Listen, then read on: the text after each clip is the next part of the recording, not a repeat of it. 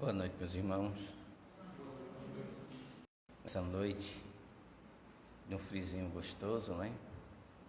Mas que a gente possa ter ânimo, como diz o Evangelho, tenhamos bons ânimos. Nessa imagem que a gente vê aqui na frente, que está no slide, é muito simbólico.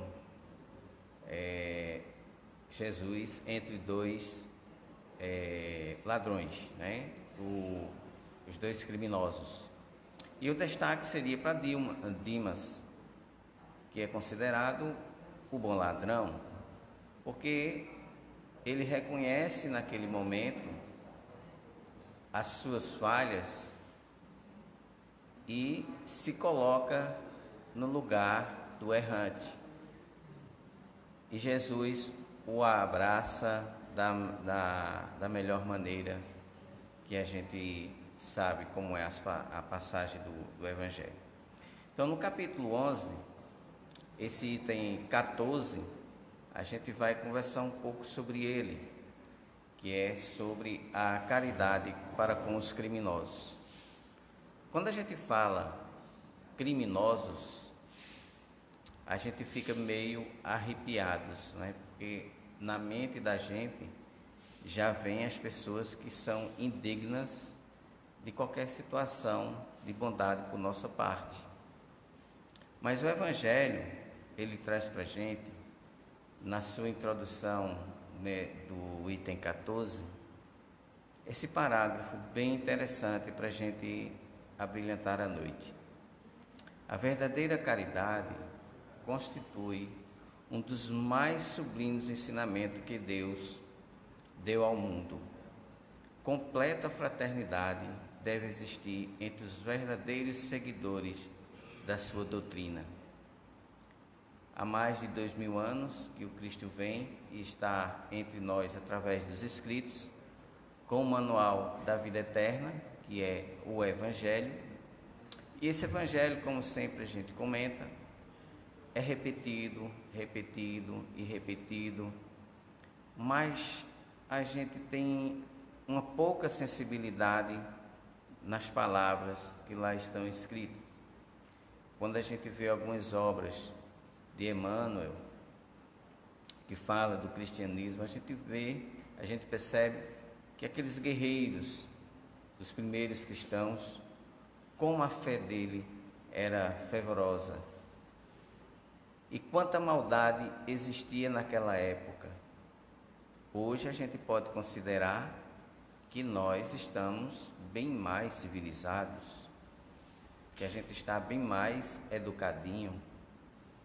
Mesmo tendo a palavra sendo repetida, a gente ainda está distante da proposta que Jesus traz para a gente.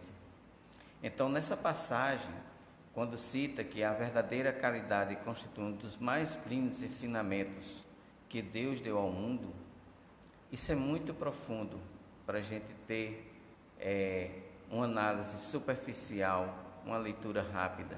A gente precisa pegar fragmentos dessa passagem para ver. No livro Consolador, no item 255, ele fala o que dentro das religiões, dentro da Casa Espíritas e de outras igrejas, né, cristãs e até de outras denominações,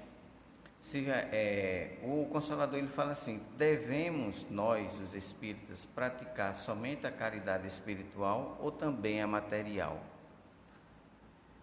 Quando a gente fala da caridade material, vem logo as questões que envolvem a política, né?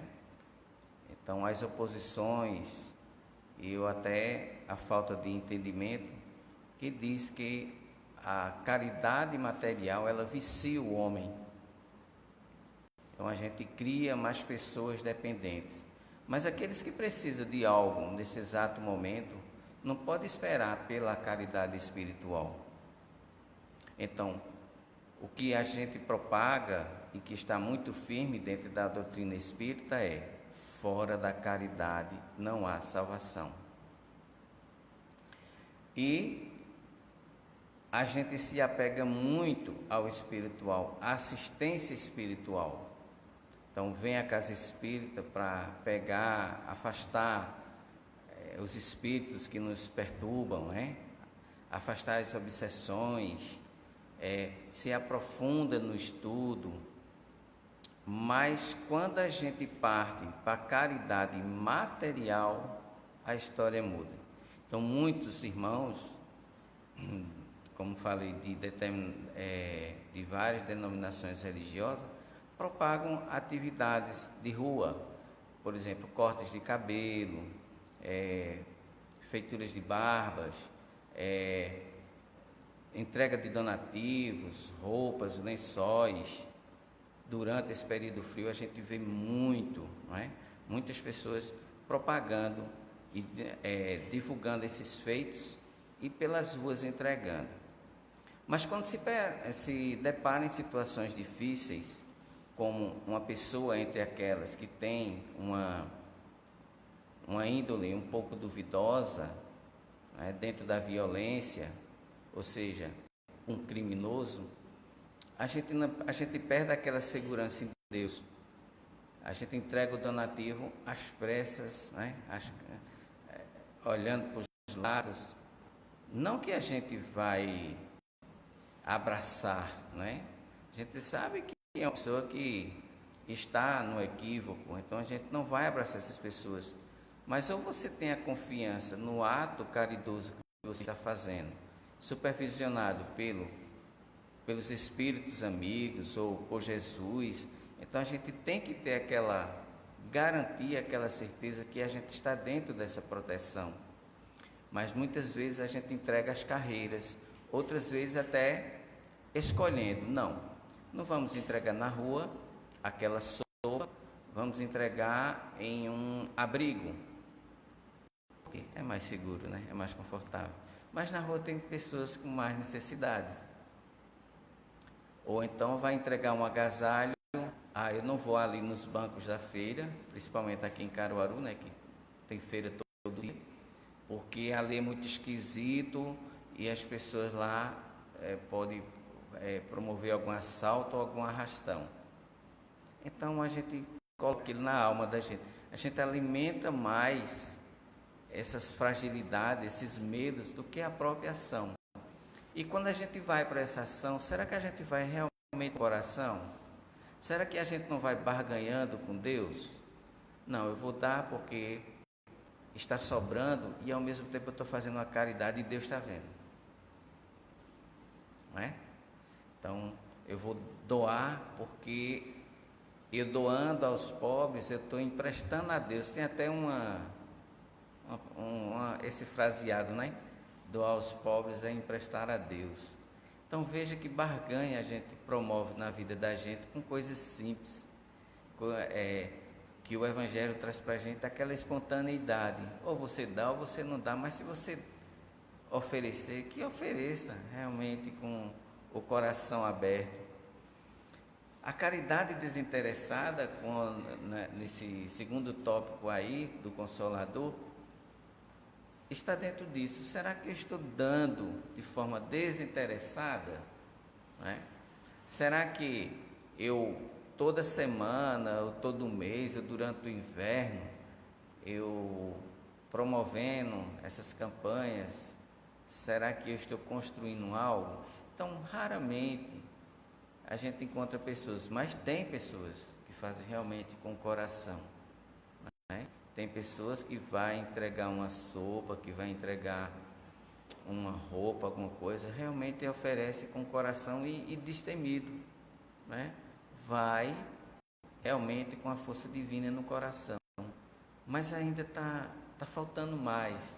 A gente está precisando de mais coisas, né?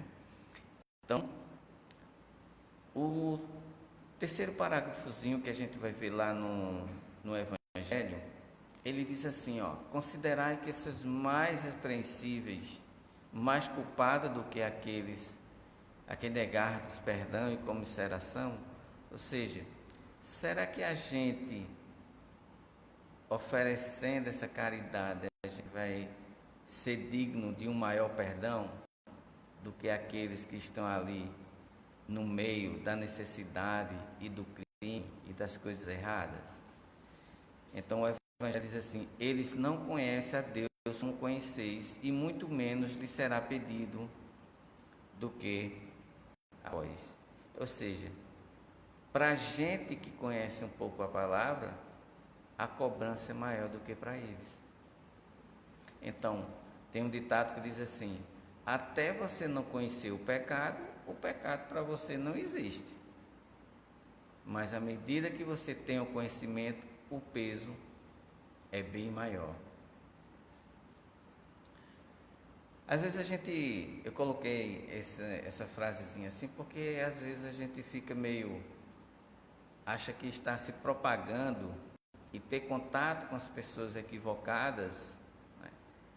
A gente destemido, está por aí abraçando todo mundo. Então fica essa questão, parece tudo tranquilo, perdoar e fazer a caridade a um criminoso. Será que é tão fácil? Mas olha só, quando a gente vê o item 14, ele diz assim: caridade para com os criminosos. Só existe criminoso homem? Só existe crime no sexo masculino? Não. No item, essa citação ela se refere a uma coletividade, né? O crime como um todo. Mas se a gente parar para interpretar, sabemos que, estatisticamente, a criminalidade está maior no sexo masculino. Mas se a gente se apegar aos significados e às posições das palavras, a gente fica meio perdido. Vou dar um exemplo. Eu acho que todos nós aqui já escutamos ou já vimos uma musiquinha que diz assim: o menino de vó vai deixar a vovó. Não é? Isso se refere a quê? Não precisa responder, não. Se refere a quê? A alguém que está se dando mal.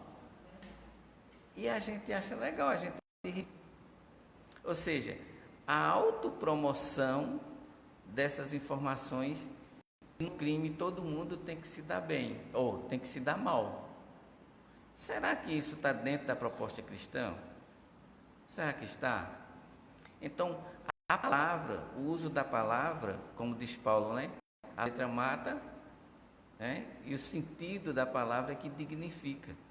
Então, se a gente propaga essas coisas, compartilha, dá aqueles likes, acha bonitinho, o que é que vai acontecer?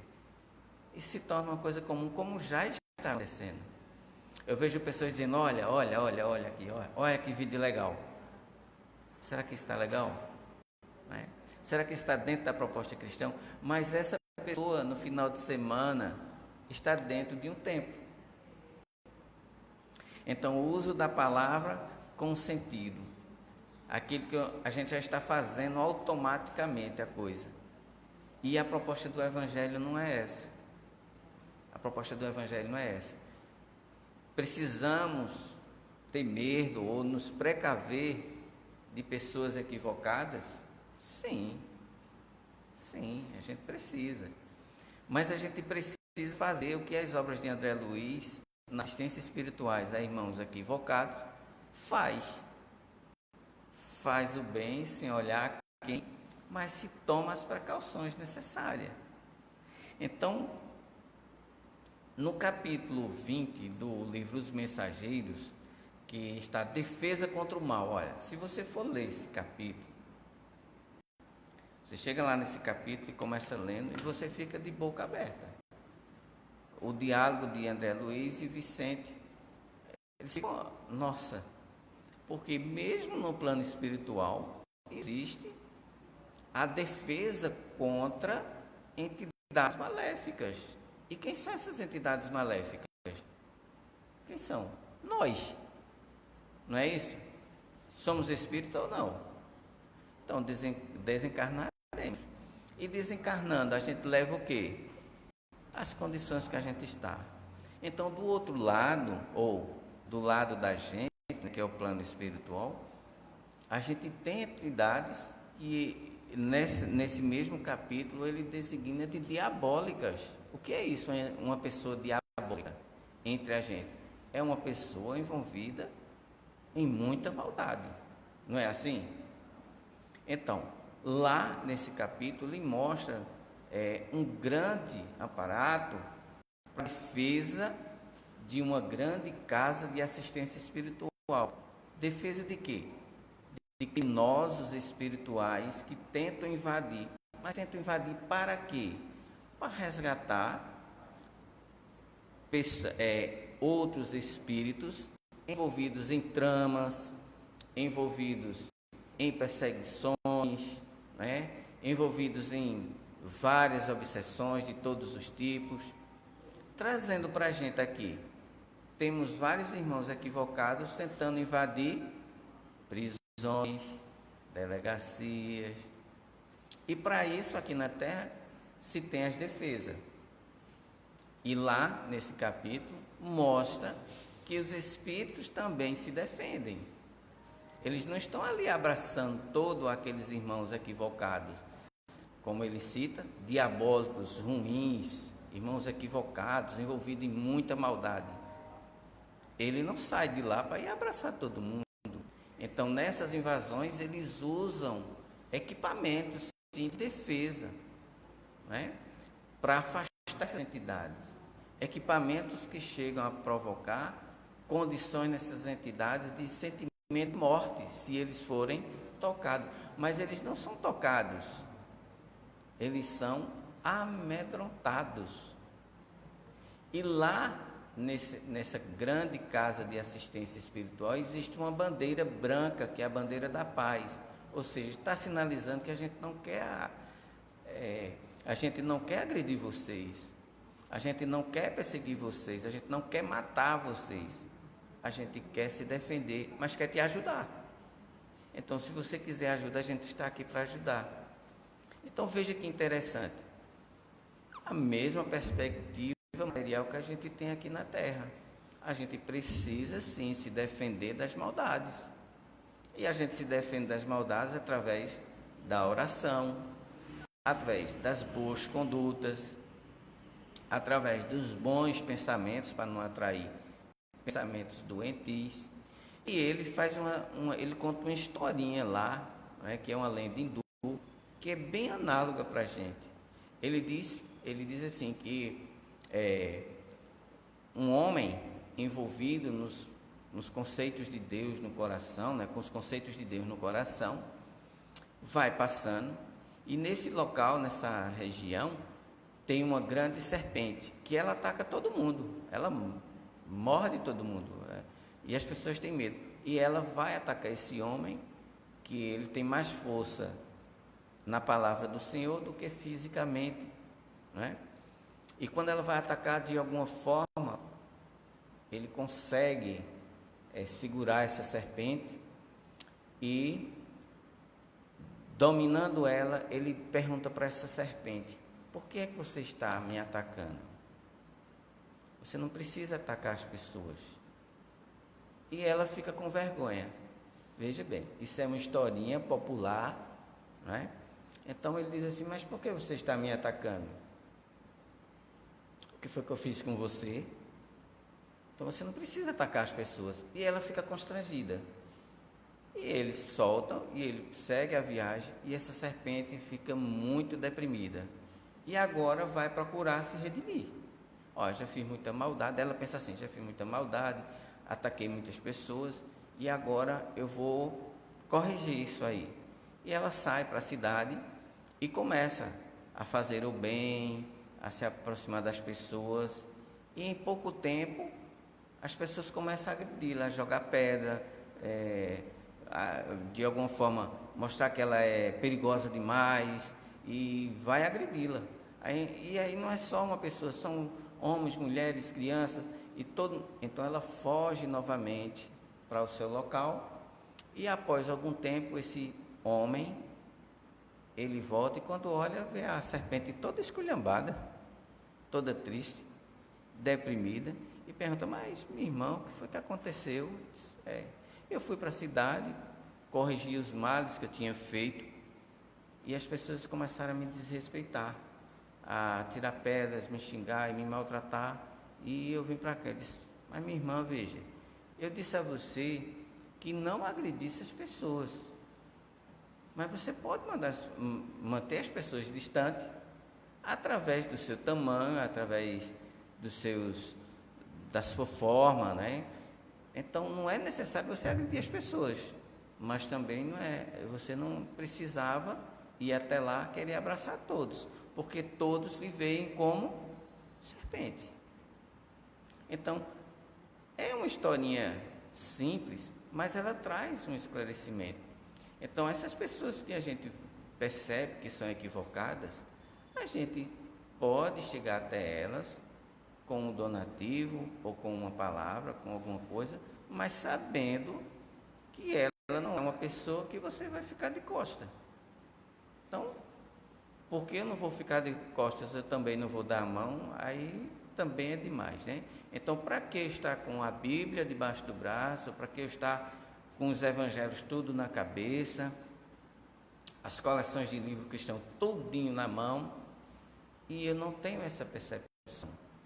Então, é uma historinha simples, mas mostra para a gente que a gente precisa ter esse comportamento de manter a distância, mas também manter o carinho e o respeito por essas pessoas. No outro fragmento, um pouco para frente, a gente vê essa citação aqui, ó. Não julgueis, não julgueis absolutamente, meus caros amigos, porquanto o juízo que proferirdes, ainda mais severamente será aplicado, e precisais de indulgência para os pecados, em que, sem cessar, incorrereis. Ignorais que há muitas ações que são crimes aos olhos de Deus, de pureza, e que o mundo nem sequer como faltas leves considera.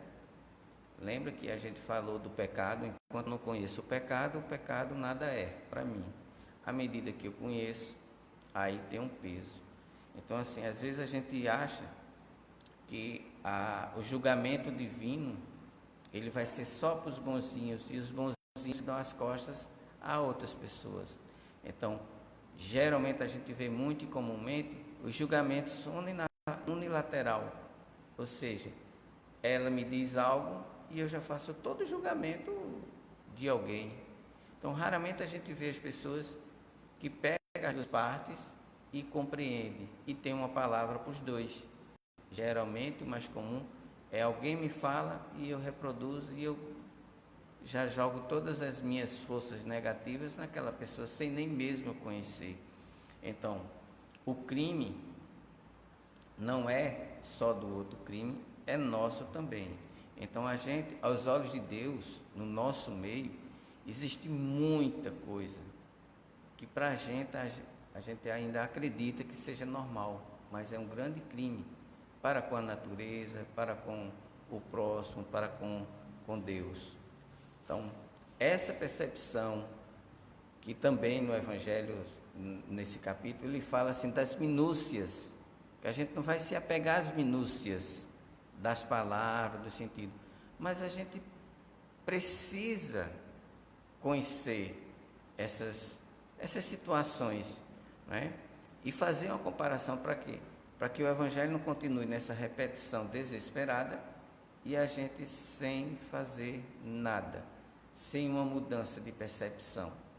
Então, sim, existem muitas coisas que aos olhos de Deus é um tremendo crime para a gente, mas que a gente ainda não tem esse entendimento. A caridade sublime que Jesus ensinou também consiste na benevolência, de que useis sempre e em todas as coisas para com o vosso próximo. Podeis ainda exercitar essa virtude sublime com relação a seres para os quais nenhuma utilidade terão as vossas esmolas.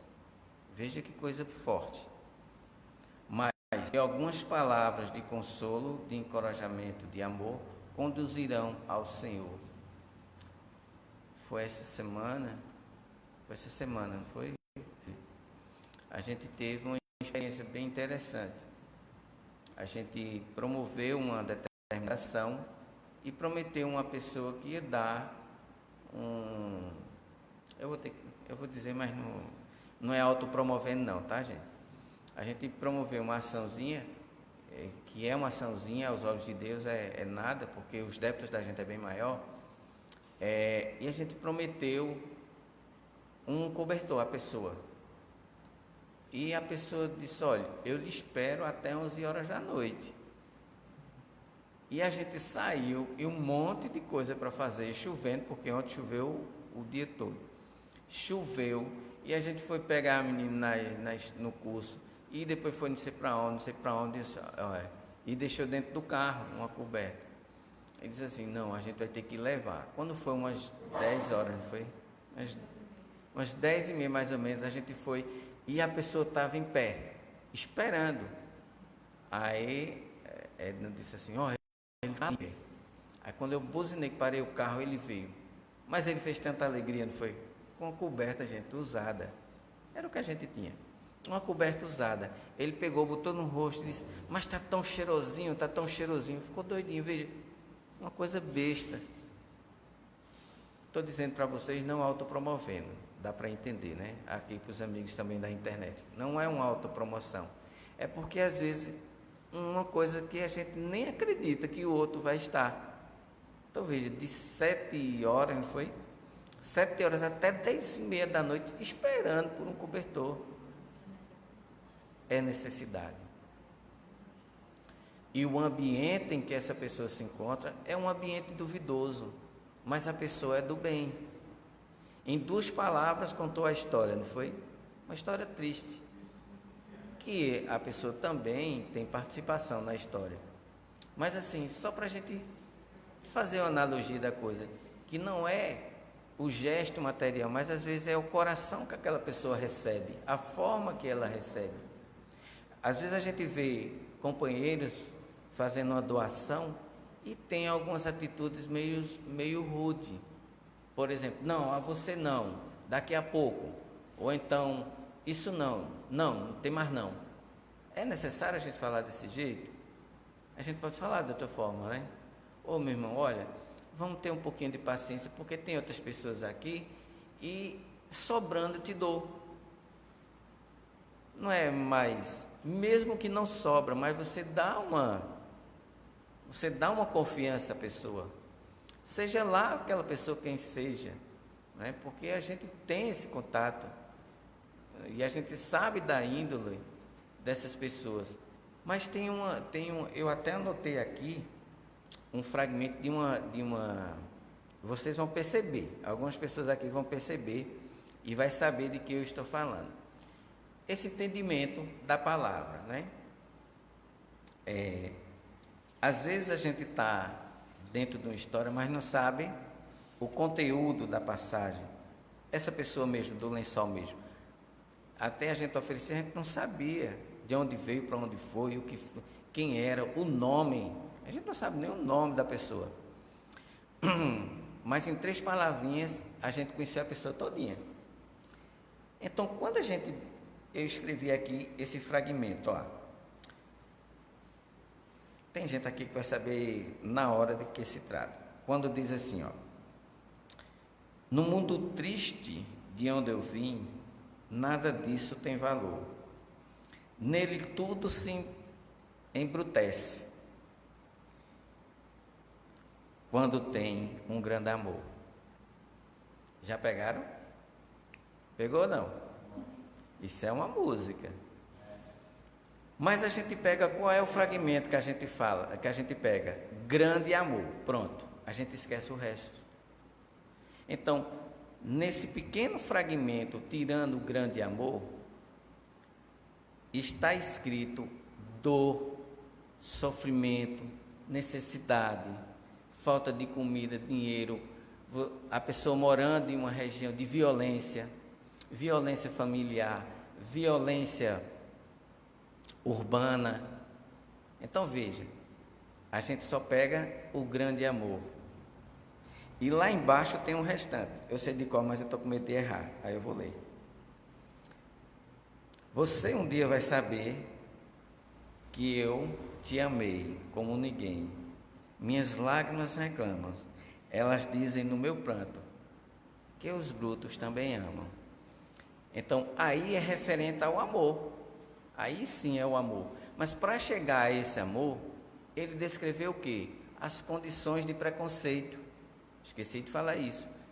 Condição financeira, preconceito, necessidade, fome, lida para violência, tudo isso. Mas a gente pegou só o grande amor. Porque essa é a nossa carência. Eu tenho uma carência de um grande amor. Eu quero viver um grande amor. Mas a questão é, o que é um grande amor para você? Um grande amor para você é outra coisa completamente diferente para mim. Então a gente se perde nas palavrinhas e quando a gente vai para o Evangelho, a gente não vê esses pedacinhos, essas pérolas, né? Haroldo Dutra, ele fala assim, as pérolas. A gente deixa essas pérolas para lá. Outra frasezinha que quem estudou literatura brasileira, né, tem lá um fragmento de Machado de Assis, que é no livro Ressurreição, não sei se vocês leram, que ele diz assim, o amor é a vida. O amor é a vida. O amor é a lei da vida. A razão única da existência. Olha só, que profundidade. A gente pega o quê? O amor de novo. Não é isso? O amor é a lei da vida, é a grande razão da existência. A gente pega o livro e pega esse fragmento. Mas se a gente lê o livro de um ponto crítico, a gente vai ver que tem ciúmes, tem sentimentos, não é? Tem arrogância, tem tudo isso. Mas a gente pega o quê? O amor. Porque o amor é a nossa carência. O coração da gente tem espaço para muito amor. Mas a gente está dando? A gente está oferecendo? Para os espíritos ele diz assim, ó, todo mal é mal. Não tem um mal que possa trazer um bem. Mal é sempre o mal. A existência do mal será sempre a existência do mal. Então a gente tem que promover o bem, porque o mal é astucioso e o bem é tímido. Não é assim?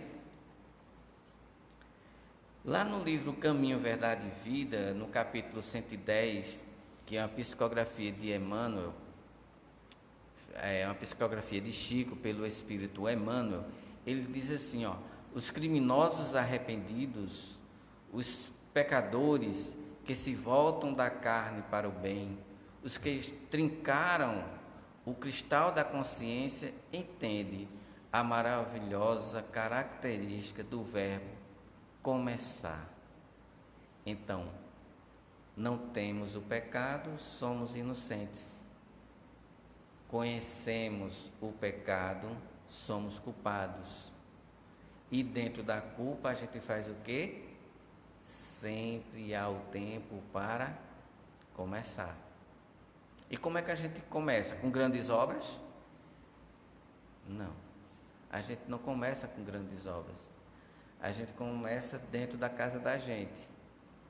Porque às vezes a gente procura a casa espírita passando por obsessão e quando vai olhar o problema está dentro de casa. E a gente diz que é quem? É porque eu vim de outra vida, eu reencarnei com um obsessor. Mas o obsessor é você dentro da sua casa. É o próprio meio.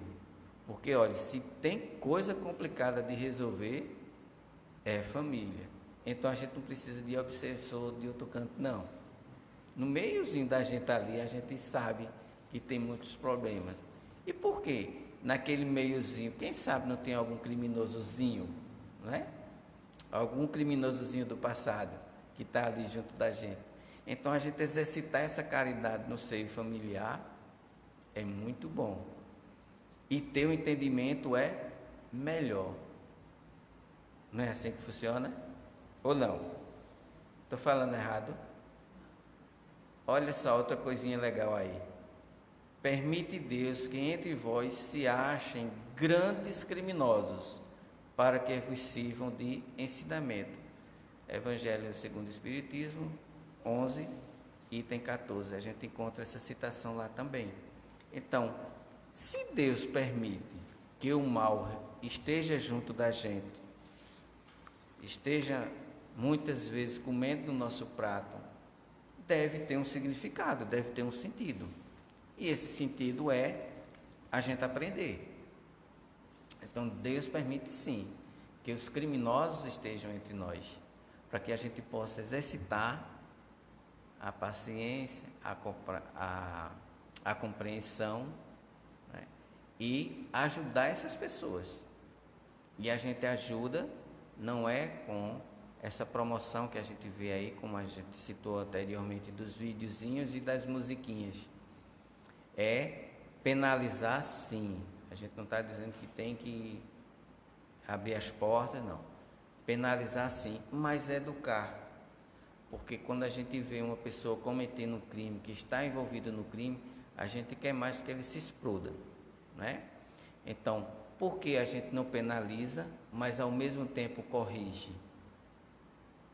E como é que corrige? Ainda tem pessoas que dizem assim, é perdido. Quem é do mal é mal, pau que nasce torto, a cinza é torta. Será que é assim realmente? Será que estatisticamente não tem uma diferença grande aí nessa correção, né? Então, assim, Deus permite sim que essas pessoas venham entre a gente, para que a gente possa aprender, para a gente possa ter a compreensão da ignorância e ter o entendimento também da promoção do bem. A gente tem um outro fragmentozinho aqui, do mesmo livro, Caminho, Verdade e Vida, ainda dentro do capítulo 110, que ele diz assim, ó, a providência, todavia, corrige amando. Olha, Deus corrige amando. Lá no capítulo que eu falei para você, A Defesa do Mal, de André Luiz, né, no livro dos Mensageiros, a providência, todavia, corrige amando. Lá eles se defendem. E dentro dessa defesa, há uma correção para o bem, uma correção de instrução. Estão abertos, quer vir, venha. A gente não vai deixar vocês entrar de qualquer jeito, mas se vocês quiserem entrar, a gente permite. Lembra lá em Nosso Lar, uma entidade ela se traveste, né? Ela se modifica para tentar entrar em Nosso Lar, e eles dizem, não, ele não vai entrar não, mas olha, ela está chorando, não vai entrar não. E depois que os espíritos dizem 2 ou 3 palavrinhas, ela é desmascarada. É assim que funciona.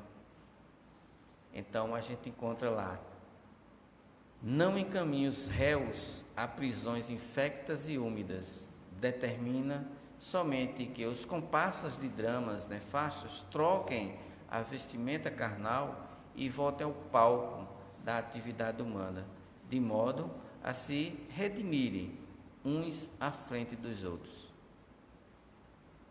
Então, gente, ou a gente empurra com a barriga a proposta da evolução humana, ou a gente tenta ter uma compreensão e resolvendo aos pouquinhos. Porque Deus permite os criminosos entre a gente, Deus corrige amando, e se a gente está tendo como exemplo o Cristo e o que falamos de Deus, então é proposta para nós também, corrigir amando, respeitando essas pessoas. A gente vê muitos irmãos com grandes trabalhos dentro dos presídios, ensinando arte, né? As mulheres ensinando alguma profissão para que, quando ela sair de lá, ela tenha um caminho a seguir. Alguns homens fazendo oficina, para que quando sair, ter um caminho diferenciado, ter estudo lá dentro, aulas. Então, tudo isso é uma proposta que deveria ser mais fomentada. A gente fala os criminosos, esses que estão próximos a gente, promovendo essas violências. Mas a gente tem pessoas piores.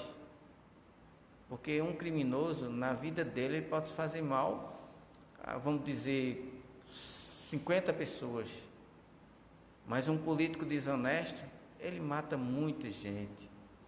Por exemplo, não liberando medicamentos para as pessoas, ou usurpando o dinheiro desses medicamentos, está matando quantas pessoas? Quando você usurpa o dinheiro de uma vacina, você está usurpando quantas pessoas? Né? Quando você negligencia o idoso, quando você negligencia a criança, você está matando quantas crianças? Essas pessoas são criminosas. Essas pessoas estão no mesmo nível da criminalidade. E eu acrescento, humildemente, que o pecado dela é bem maior, porque ela sabe o que está fazendo. Quando um camarada desse faz um orçamento gigante de um dinheiro para um sistema de saúde, e esse dinheiro vai, e quando chega lá na ponta, ele foi tirado mais da metade, ele sabe o que estava fazendo. Então, a penalidade para essas pessoas vai ser bem maior, porque a quantidade de gente que ela ofendeu foi muito grande. A gente vê também as pessoas que fazem as coisas erradas na economia de uma nação. A gente vê aí essas guerras que estão acontecendo, que passa para a gente a informação de forma errada. Passa a informação para a gente, porque houve uma invasão, porque ele está derrubando um prédio, porque ele me atacou primeiro. Não é isso, gente. E a gente não pensa. São interesses. Um país só invade outro para tirar a riqueza que ele tem, para dominar o comércio, para tirar essas coisas. Eu não sou nenhum analista político, mas a gente começa a escutar as reportagens e vê que também tem as manipulações das reportagens, mas a gente vê que eles entram em um país para tirar o que tem lá, gente. Isso daí se chama, o que no passado existia, os vikings, que invadiam e traçava tudo naquelas comunidades. Ali a gente assiste um filme desse, nossa, que coisa horrível, quanta violência. Hoje não é assim, é pior, gente. Porque joga uma bomba ali, um míssil, derruba lá um monte de gente, e ainda sai como santinho. Não, foi porque fizeram isso, e eu só estou aqui para proteger. Proteger quem? Os seus interesses. Então, até quando a gente vai viver com o Evangelho só na aparência? Não faz de conta que eu leio, não faz de conta que eu faço, não faz de conta que Deus é Pai, não faz de conta que Jesus é nosso irmão, não faz de conta que aqui é a casa de oração. E eu faço de conta de tudo. E quais são as minhas contas? Então, assim, traz uma reflexão para a gente ter ver uma informação e a gente dá um outro sentido para ela. Às vezes a gente troca umas ideias e às vezes ela diz, não, eu não concordo ainda assim, porque é normal eu não concordar com você, porque eu ainda não tenho um argumento suficiente para lhe convencer. Isso é natural. Mas assim, a maldade, ela está muito dentro da gente e de uma forma muito sutil. Até você mesmo com seu filho, até você mesmo com seu esposo, com sua esposa. Algumas coisas você faz de uma forma maldosa, mas que é natural aquilo. A gente diz até, faz parte das relações humanas. Olha, não faz, não é normal. Não é normal a gente ter o duplo sentido com o filho, com o companheiro, com a companheira. Isso não é normal, né? Então, assim, a compreensão da palavra, o sentido da palavra é muito importante. Não as deduções, os julgamentos precipitados, porque cada um da gente tem uma história para contar, cada um da gente tem um sentimento, uma vida que a gente passou. E daí, um contato com 2 ou 3 palavras ou frases, não traz a história completa do sentimento. A gente vê um outro fragmentozinho aqui em João 3:7. Veja, só para a gente encerrar. Não te maravilhes de ter haver dito, necessário é nascer de novo. Então, a gente precisa nascer de novo. Não é no entendimento do passado, que o amigo achava que era para entrar dentro do ventre da mãe para sair. Mas esse era aquele entendimento. ou nascer de novo hoje, é a gente ter as informações e tentar ser diferente. Porque toda vez que uma pessoa tenta ser diferente dentro do bem, ela é taxada de quê? De maluco, não é? Ou pessoa que está desorientada, porque está fora do padrão. Então, vamos ser todos fora de padrão. Porque se a gente está vendo o Evangelho, é para ser fora do padrão mesmo. Então, essas são as palavras que a gente tem nessa noite e que a gente possa ter essa compreensão, que Jesus possa nos acompanhar e estar sempre presente conosco e nossos familiares.